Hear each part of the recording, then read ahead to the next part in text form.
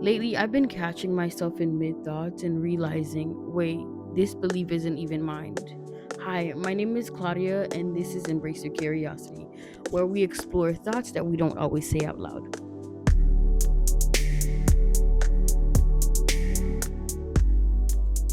So, based on the topic of the YouTube video, obviously you know what we're gonna focus on. Today, I am going to talk about habits that I am unlearning. We pick up things from people, from social media, from past relationship, being in survivor mode, whatever situation in that you are in, and you know that you are being influenced by so much that is around you, and those influences become who you are, those beliefs become who you are. I'm currently in a season where I am unlearning old habits, right? We talk about growth and development so much. We want to learn new habits, new routine, new mindset, whatever it is. We want to learn, but nobody talks about how uncomfortable it is to unlearn old habits, and realizing like those old habits are actually holding you back. Those beliefs that you carry with you are actually not even your own beliefs. Okay. So in the meantime, I did bring my laptop so I can look back and forth, because I did write them down and I just didn't want to forget them. So my laptop will be my guide through all of this, and so that it won't take very long. Okay. So here are the three habits that I am unlearning, and hopefully that they can help you as well.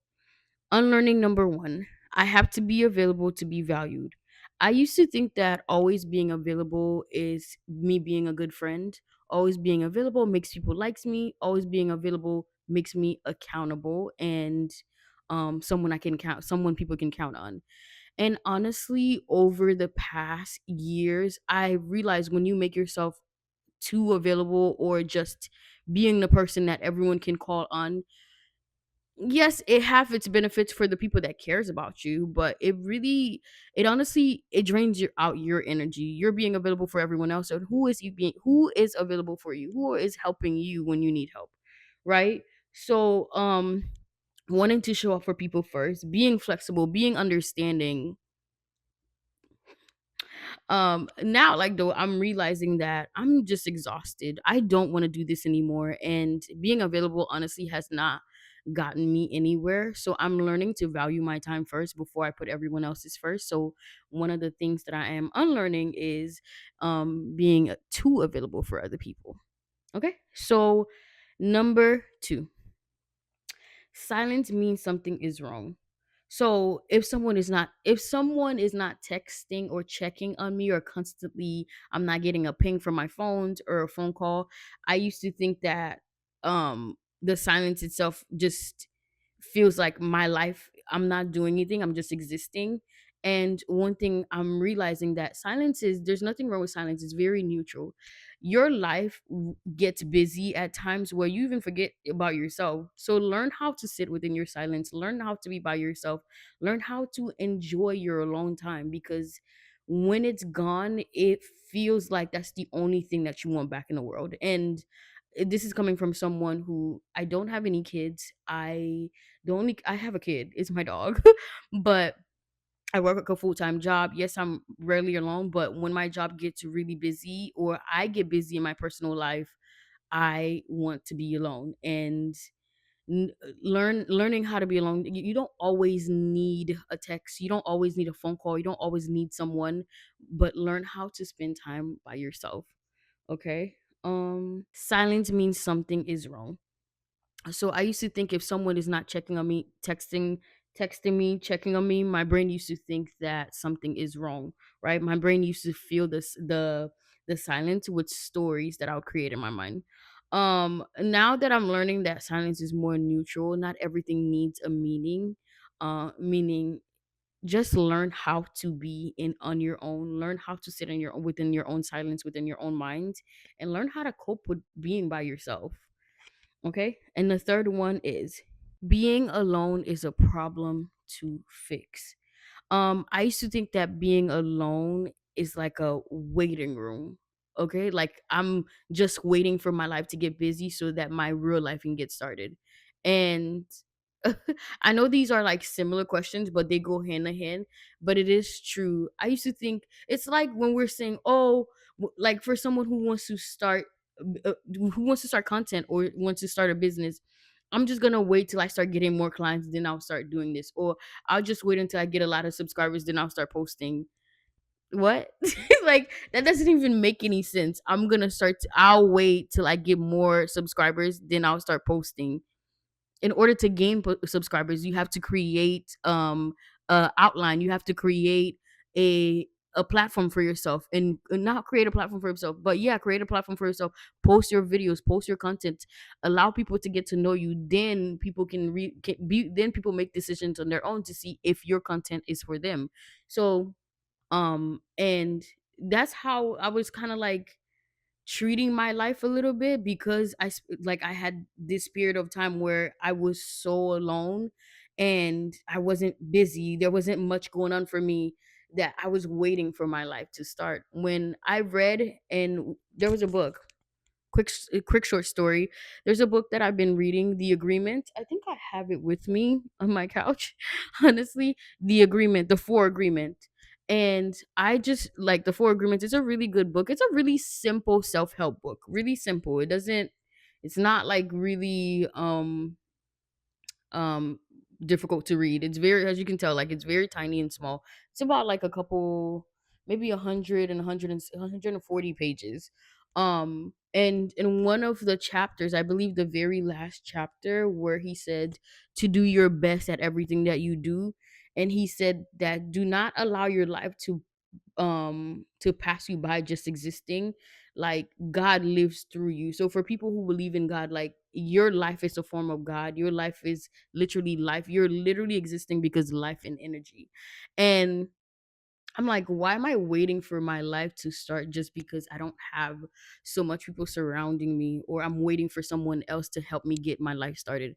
It was a very insane, a same period of my life. Like the thought process, I don't understand why I was waiting for someone else to help me get my life started. Then I realized, no, like I can just express myself by doing the things that I want to do. Just go out and do stuff that I want to do, or just enjoy my alone time. Again, like my favorite person to be in any company is myself. I love to be within my own company because I enjoy my company. So these are the three things I would say I am unlearning. So again, I'm gonna repeat them. The first one is silence. Silence means something is wrong. We, like we said, no, it's okay. It's okay to be within your own presence. Being alone is a problem to fix, not at all. And then I believe the first one was, I have to be available to be valued. Actually, when you set boundaries and you are less available, it's in some way you mean more to other people. I'm not saying just to restrict yourself. Just don't give everyone your energy. Actually do restrict yourself. Pick and choose who you give yourself to, period. Okay. And to be honest, it's not gonna be pretty. I'm being vulnerable. It's not gonna be pretty. It is unlearning habits, unlearning old ways, is one of the hardest thing, because it's harder than learning new things. Because learning new things, you have to be productive, right? You have to be productive, and once you get in a rhythm, it feels so good. Like it feels so, you get stimulated enough to keep you going, and you pick up a rhythm, and you just start building off of it. Unlearning things feels very uncomfortable. Every time you try to do something that's the opposite of what you used to, you always find yourself back in that comfortable zone again. So unlearning habits, unlearning certain parts of the things that you learned growing up. Like, can you imagine? I'm 27 years old. Can you imagine being 40, unlearning things that you learned that was passed on to you by your parents? Come on, this is why this world is so difficult as it is. Racism exists, all of that stuff exists, because unlearning things, you're trying to unlearn things that was built into your genetics. It's difficult. It is. It is. So it's not easy. And then and so at sometimes you will feel pretty much alone. You will feel like you're in an empty space and you're battling this life alone. But trust me, there's a lot of people that are like you doing the same work. Just don't give up on it. Okay, so my last thing before I go, because I really want to get you guys really engaged, and I'm trying to work on a different way to format my podcast. So now I'm kind of curious, and I do have a question.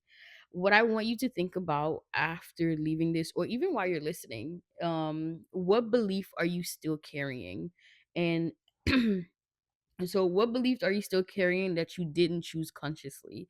And it could be the smallest thing. Of course, there's a lot of things, again, beliefs that we carry that are not our own, that was passed on to us. Yeah, just think about it, talk about it with your friends, reflect on it, comment under the comment section. Okay, so maybe this season isn't about becoming someone new. Maybe it's about removing what was never you in the first place, right? So it's important to reflect and think and be conscious about the way your beliefs shape you, and learn how to unlearn the things that was taught by someone else or that was passed down by other people. Okay, so if this episode resonate with you, please go ahead and like and comment in the comment section. Continue to engage, guys. I'll be here. I'm going to try to put more content out to be more productive, because I really want to grow this YouTube channel, and that's one of the goals for this year, and I'm working on it. So please help me out. Okay, all right. I will talk to you guys later.